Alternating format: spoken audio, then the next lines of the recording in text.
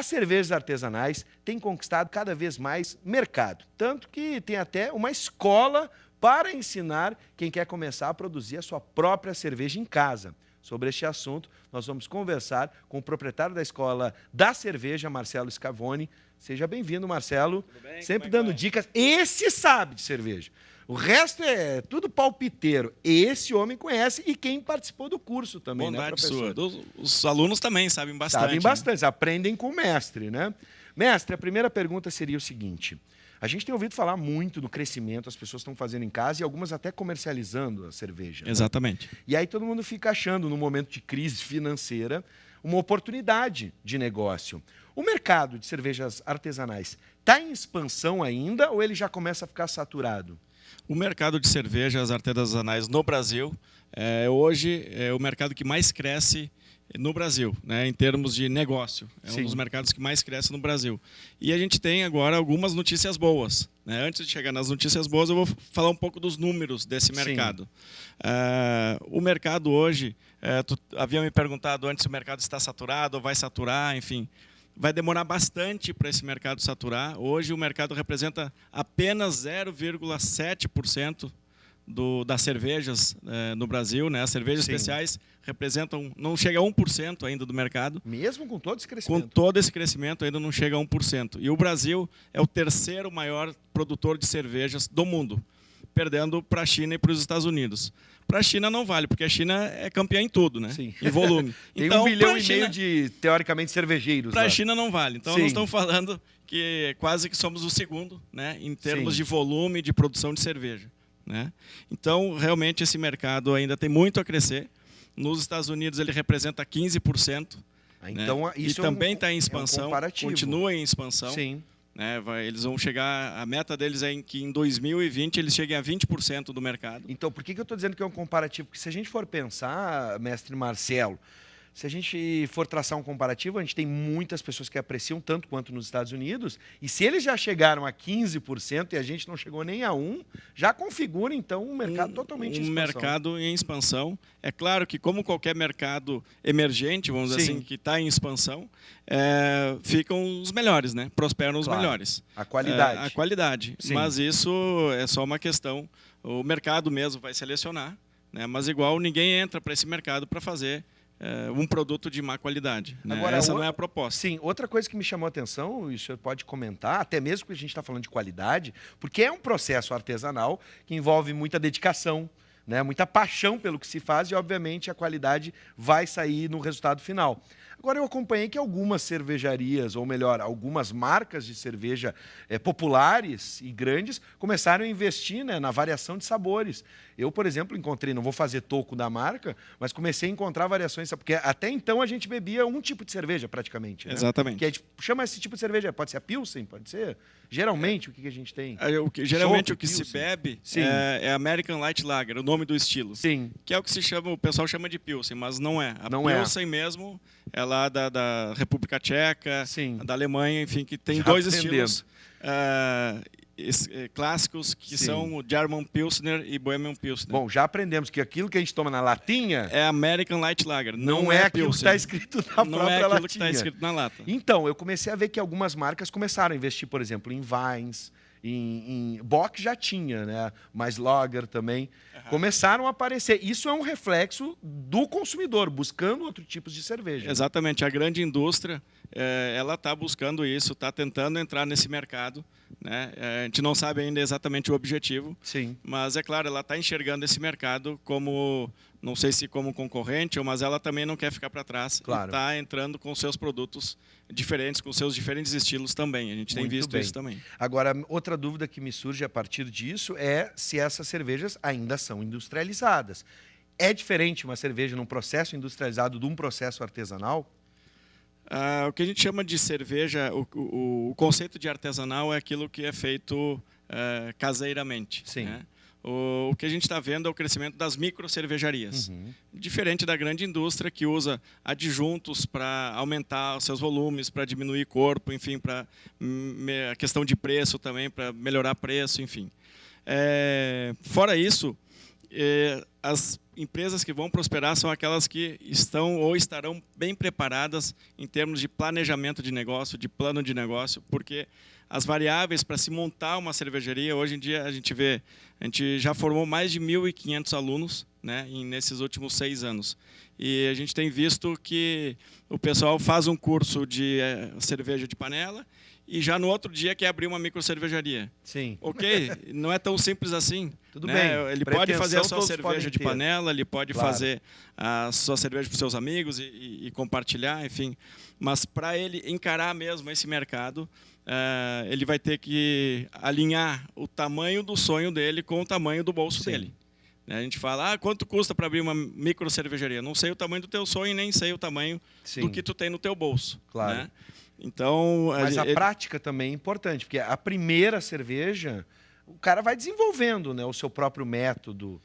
O que o curso nos ensina? Até vamos começar a falar sobre o curso. A gente está vendo imagens, professor, né, que o senhor trouxe para a gente, do processo. Muita gente não faz a menor ideia de como se faz uma cerveja, né? Só abre a latinha e toma. Exatamente. Então, é um processo que exige uma prática, um exercício do que se está se fazendo, até atingir uma teórica perfeição? Exatamente. A produção de cerveja em si, Sim. né, eu diria que é o mais fácil. Ah, é? É o mais fácil. É claro, eu estou falando que a pessoa vai escolher os melhores ingredientes, Sim. que ela vai caprichar no seu processo, vai respeitar todas as etapas de produção. Feito isso, a cerveja deve sair de boa qualidade, sim. Agora, a questão daí de tu fazer uma cerveja em casa e depois partir para uma indústria, para uma mini indústria, para uma nano indústria, aí já são outros 500, né? Como diz o ditado. Sim. Aí realmente a pessoa tem que estudar, porque as variáveis são muito grandes nesse mercado. A questão tributária, ela ainda é muito confusa, com muitos detalhes. E é pesada?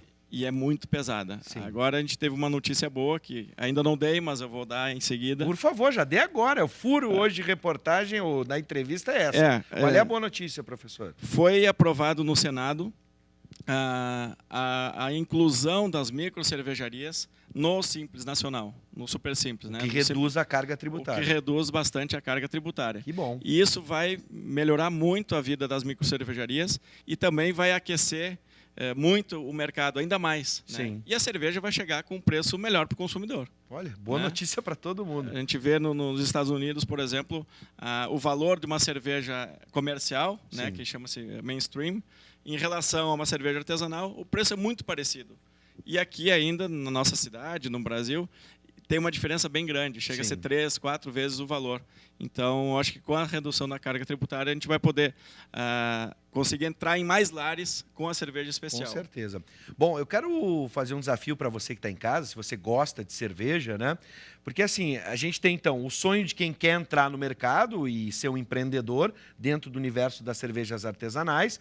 Quero lembrar que você pode participar. Se você tem uma dúvida, quer ser este futuro empresário ou microempresário, manda um WhatsApp para a gente agora, 9588-2374. 9588-2374. Faça uma pergunta que o mestre Marcelo vai nos ensinar, mas antes das perguntas, sobre o curso. Como é que surgiu essa ideia? Porque eu fico pensando assim, dentro da culinária, muitas vezes o chefe esconde o segredo, né? Exato. E lá na escola, vocês fazem o contrário, vocês ensinam o segredo para se fazer uma boa cerveja. Exatamente. A gente ensina todas as técnicas, inclusive são mais de 15 cursos de aprimoramento na produção de cerveja artesanal. Sim. Fora isso, e o mais interessante é que a gente ensina as técnicas de como abrir uma cervejaria. Quais os problemas, quais os empecilhos, quais as dificuldades que eles vão enfrentar e os atalhos para isso. Sim. A gente tem um sistema, um software, que o aluno vai simulando exatamente o seu sonho e vai colocando ali dentro. Daí, no final, ele vai ver se aquele número que aparece, ou seja, se o resultado que aparece, se o tempo de retorno do investimento, enfim, está de acordo com o que ele imagina. Perfeito. E aí é só voltar aos botões. Imagina uma estação de rádio com vários botões, né? Um rádio com 500 botões. Ele vai acertando essas funções todas para chegar no número que ele quer e para entender que realmente tem muitas variáveis. Esse curso, a gente denominou ele de Cervejaria de A a Z. Perfeito. Esse curso foi desenvolvido em parceria a Escola da Cerveja com uma empresa de consultoria em gestão.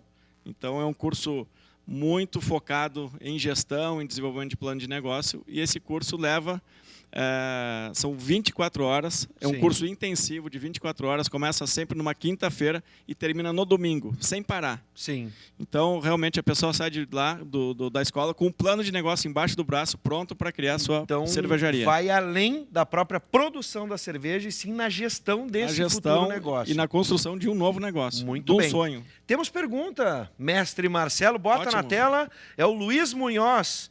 O crescimento do consumo recente da cerveja artesanal pode atingir as grandes indústrias? E qual a diferença entre a cerveja IPA e as vendidas pela grande indústria? É um tipo de cerveja, é o Luiz que está perguntando lá de Viamão. Obrigado pela audiência, viu, Luiz? Legal, Luiz. Vamos lá. Tem duas perguntas em uma, Isto. né? Vamos à primeira, então. Eu acho que a gente não vai conseguir incomodar a grande indústria, né? Ela pode se sentir incomodada, mas os volumes que eles operam são muito diferentes dos que a gente opera. Sim. A gente está falando de 0,7. Claro que incomoda um pouco, mas não vai afetar a grande indústria. Quando a gente chegar em 15%, 20%, daí eu tenho certeza que eles vão ficar bem incomodados. Sim. Mas, enquanto isso, eu acho que eles estão, pelo menos, querendo seguir a onda para confundir um pouco o mercado. Perfeito. A diferença de uma cerveja dessas comerciais para uma IPA, a gente está falando da cerveja IPA, uma cerveja de origem inglesa, uma cerveja com um corpo bem amargo, uma cerveja amarga, que tem uma carga de lúpulo bem alta, e o corpo dela é bem superior, uma cerveja que fica com normalmente 6,5% de álcool e com uma quantidade de lúpulo pelo menos 10 vezes a uma cerveja comercial, essas que são denominadas Pilsen. Bom, o Luiz falou de um tipo, dá para a gente numerar ou catalogar? Existe hoje algum catálogo que diga quantos tipos de cerveja existem? É difícil mensurar? Existe sim 2 catálogos que inclusive são usados pelos juízes de cerveja. Então tem um catálogo que chama-se BJCP e nesse catálogo são mais de 140 estilos de cerveja. E tem um outro catálogo que daí não é para cervejeiro caseiro, e sim para cervejarias profissionais, para os concursos profissionais, que é da Brewers Association, que é a associação de cervejeiros, né, americana. E essa associação enumera outros 80 ou 100 estilos. São muito próximos. Sim. Eles só agrupam e organizam de forma diferente, mas, enfim, vamos falar que a gente tem mais de 100 estilos de cerveja aí facilmente. Bom, o mestre trouxe aqui alguns tipos, daqui a pouco a gente vai experimentar, né? Mas vamos responder às perguntas dos nossos telespectadores. O Alexandre Martini, de Porto Alegre, lá do bairro Floresta. Um grande abraço, Alexandre, obrigado pela audiência. Ele pergunta assim, aproveitando as imagens mostradas, gostaria que o mestre desse nome ao que é usado nas receitas. A gente viu diferentes tipos de grãos, né, ali aparecendo. Tem Exato. Um mais branquinho, outro mais torradinho, ou pelo menos mais escuro. Então, acho que estão colocando as imagens Isso. novamente. Então, a cerveja é feita com basicamente água, malte, lúpulo e fermento, né? Aí a cevada, né? O malte de cevada, é a cevada no campo. Sim. E agora sim, a partir da cevada se faz o processo de malteação. E esse processo ele tem a etapa de torra, né? De torrefação. E por isso essas cores diferentes. E em cada cor, cada grão desses diferentes vão me dar um aroma e um sabor diferente na cerveja. Sim. Então, a cerveja artesanal, caseira, ela não leva nenhum tipo de corante, nenhum tipo de adjunto para fazer esse efeito de cor ou sabor. É Sim. tudo em cima do ingrediente básico, que é o malte. Vocês estão vendo aí a flor do lúpulo, que é a planta utilizada para a gente agregar a parte amarga da cerveja e a parte aromática. E esses pellets são, então, as flores do lúpulo pelletizadas para que a gente consiga usar de uma maneira mais fácil. Perfeito. Bom, a gente tem alguns tipos aqui, mas hoje dá para dizer, existe algum tipo que é mais preferido ou mais procurado, ou isso varia muito, depende de cada um? Varia muito, né? Quem está entrando no mercado cervejeiro, assim, o consumidor, né? Sim. A gente nota que o consumidor acaba entrando pela cerveja de trigo, a cerveja Weiss. Né? E um ou 2 anos atrás, a onda eram as cervejas IPAs, as cervejas mais amargas. Sim. E a gente nota e observa que existe um crescimento, né? Existe um escalonamento. Ninguém compra uma cerveja na primeira vez, uma super amarga. Ele não vai conseguir beber, ele vai sair de um estilo super leve e sem quase amargor, que é as comerciais, que são as comerciais, Sim. e vai partir para uma muito amarga, ele não vai gostar, vai achar que a cerveja artesanal não é boa, é ruim. Sim. Né? E isso é um engano, na verdade, ele não estava preparado para beber aquela cerveja. Então a gente vê um crescente, as pessoas começam nas de trigo, depois partem para uma cerveja, uma pale ale, e aí vão subindo até chegar nas cervejas amargas, e agora a onda são cervejas ácidas, extremamente ácidas. Então esse é um estilo que existe, então isso vai em ondas. Os cervejeiros artesanais e quem já curte cerveja há mais de 10 anos, 20 anos, enfim, está nessa onda agora de cervejas com fermentos especiais. Está na moda. Está na moda. E cervejas ácidas e também cervejas envelhecidas em barril, que essa é a nova onda. A próxima onda são cervejas envelhecidas em barril. Eu tenho uma pergunta importantíssima no WhatsApp. Eu quero segurar esta pergunta só para fazer uma final aqui que é importante, juntando duas. Já que tu falaste, professor, que não envolve, né, alguns químicos que são colocados, ou seja, para dar cor ou aroma, enfim, no processo industrial. Esse é um dos segredos da cerveja artesanal. E a água também é importante? A água também é importante, ela deve ser... a água tem todos os seus segredos, mas basicamente para fazer em casa ela não pode ter nem cloro. Sim. E nem ter elementos de sujidade, como ferro, enfim, outros elementos. Mas basicamente uma água ela não pode ter cloro, e isso aí a gente consegue tirar ou na fervura ou eventualmente com um filtro de carvão, que é provável que todo mundo tenha esse filtro de carvão em casa. Sua casa, né? Bom, isso são apenas algumas dicas. Agora vamos para a pergunta mais importante que está vindo. Ó, aqui é o Paulista do Tibaúva. Olha aí, ó, um abraço para o Paulista. Chega junto, Paulista. Como eu consigo fazer o curso? Sou de Porto Alegre e agora eu tenho certeza que são duas opções, tanto para os apaixonados por cerveja, quanto aqueles que enxergaram uma oportunidade, como a gente está falando, e um bom negócio. Muito bem, tem o site aí da Escola da Cerveja. Está no ar. Está no ar, eu acho, o site, eu estou vendo ele aqui. Isto. Ó. Então, até o Face da escola. Então, entra no site, os nossos cursos estão todos online para fazer inscrições, né? As inscrições são sempre abertas. Então, entra lá no site escoladacerveja.com.br. O próximo curso de produção de panela vai ser no dia 16 de julho, confirmado. Então, sábado, 16 de julho, o próximo curso nosso de panela. Ainda tem, então, vagas para esse curso. Ainda tem vagas, exatamente. Muito bem. Vamos fazer o seguinte, para fechar, acho que nós viemos aqui para conversar primeiro, tá? Mas agora chegou o momento da gente experimentar. Eu sei que tem vários tipos. Eu já confidenciei. Eu sei que tu gosta de Weiss, né? Eu gosto de Weiss. Qual delas é a Weiss Essa aqui? Essa aqui levou quanto tempo para ser produzida, esse processo aqui? Foi produzido lá na escola, né? Foi produzido lá na escola. Uma cerveja... normalmente uma cerveja, ela leva... Esse é o copo específico. Adequado para Weiss. Tá. Muito bem. Servir um pouquinho mais? Um pouquinho mais. Olha aí, ó. Epa, tá. Pronto. Muito bem. Então tá, vamos brindar então a Escola da Cerveja. Tá aqui, Weiss produzida, quanto tempo levou para ficar feito? Leva pronta? Uns 20 dias para ficar 20 pronto. dias. Exatamente. Tem ideia de quando saiu essa safra aqui? Essa safra é do mês passado. Mês passado. É. Gelada ou... Não, não é... Toma-se numa temperatura de 4 graus. 4 graus. 4 graus. Então, não é aquele -6 que a gente vê naquelas geladeiras amarelas, as vermelhas e as azuis. Não se bota uma Weiss no congelador. Não, nunca. Jamais. E muito menos cerveja deitada, né? A gente armazena a cerveja sempre de pé e nunca ela deitada, por questões de oxidação e outros detalhes que aí a gente fala no curso. Bom, quero te agradecer. Seja sempre bem-vindo. Claro que ele é sempre bem-vindo, né, gente? Está aqui a Escola da Cerveja, uma Weiss para começar bem essa sexta-feira. Então, um brinde. Tchim, tchim.